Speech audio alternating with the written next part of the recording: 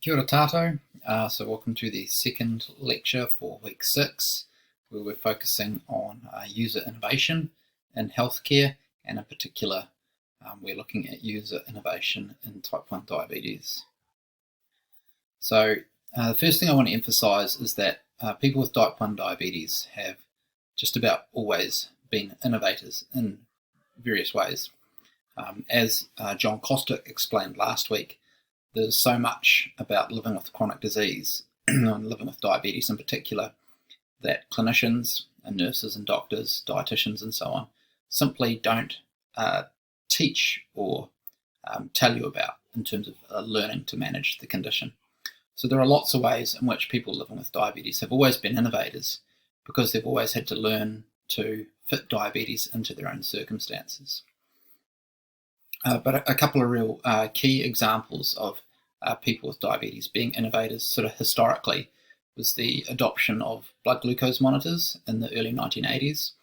A lot of doctors sort of imagined, and indeed the broad consensus was, that patients wouldn't be interested in using blood glucose meters, that they'd be just happy to do a blood glucose test every so often when they went into their clinic.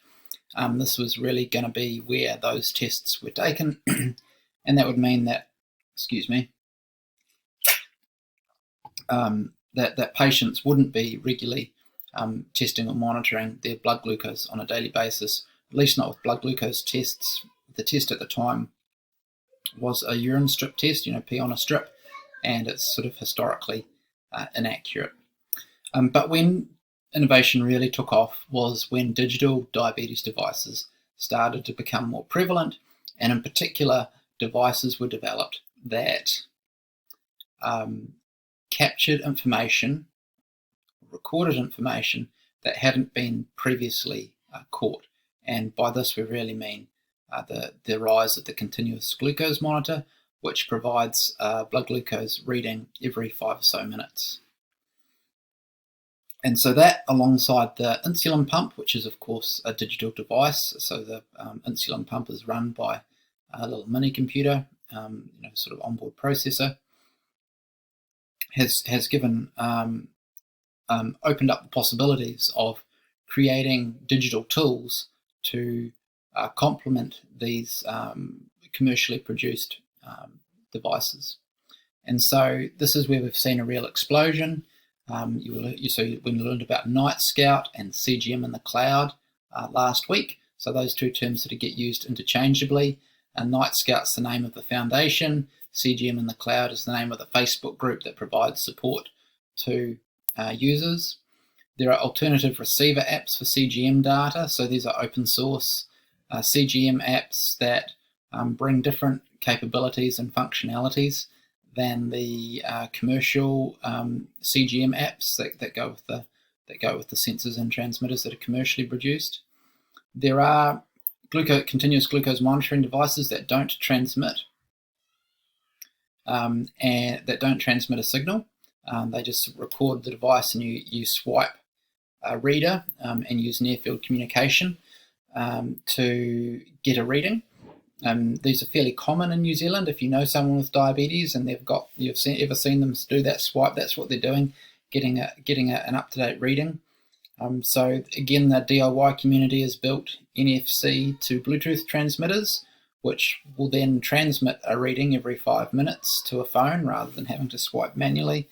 And then, so you may be able to hear my kids in the background. They're possibly a little bit noisier than they have been for other lectures. Been trying to do these while they're sleeping, but not the case this week. And then finally, as you saw in the first lecture this week, is the development of the do-it-yourself artificial pancreas system. So we're seeing these increasing levels of automation being developed. So some really amazing developments being pushed by users.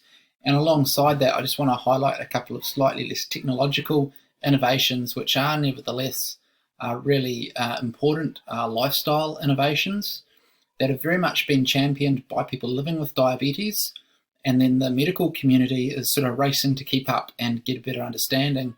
So the first one down the bottom, type 1 grit. This is a group of people with diabetes and parents of children with diabetes who follow low carbohydrate approaches to eating. and this is well outside the standard recommended dietary practice for people with type 1 diabetes. And in some respects, it's like a flow on or a carry on from the days where you had very regimented insulin delivery, and then you had to eat very regularly, very set meals to try to sort of like keep up with the insulin that was in your system.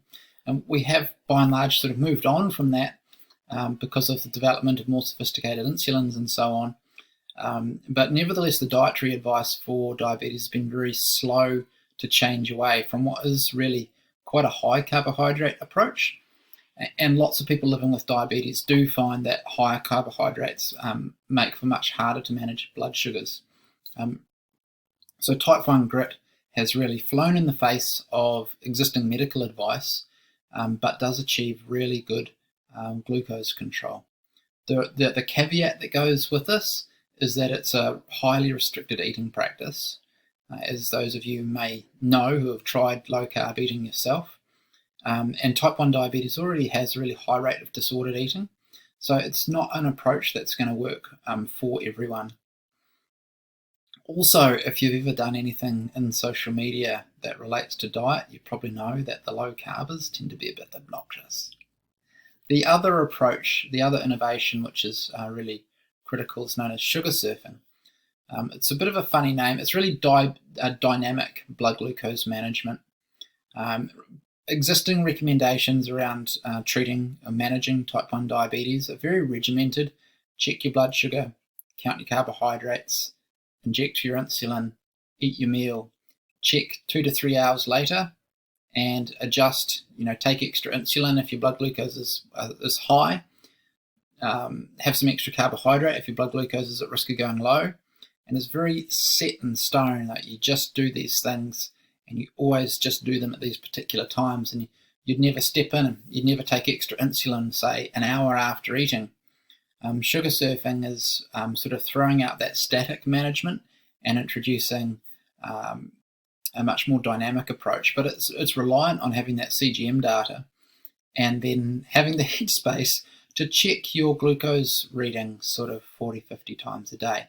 And I can tell you that it's pretty time consuming to have to monitor your blood glucose 40-50 times a day, but nevertheless, sugar surfing is a pretty cool approach, utilizing a continuous glucose monitor to more effectively manage diabetes.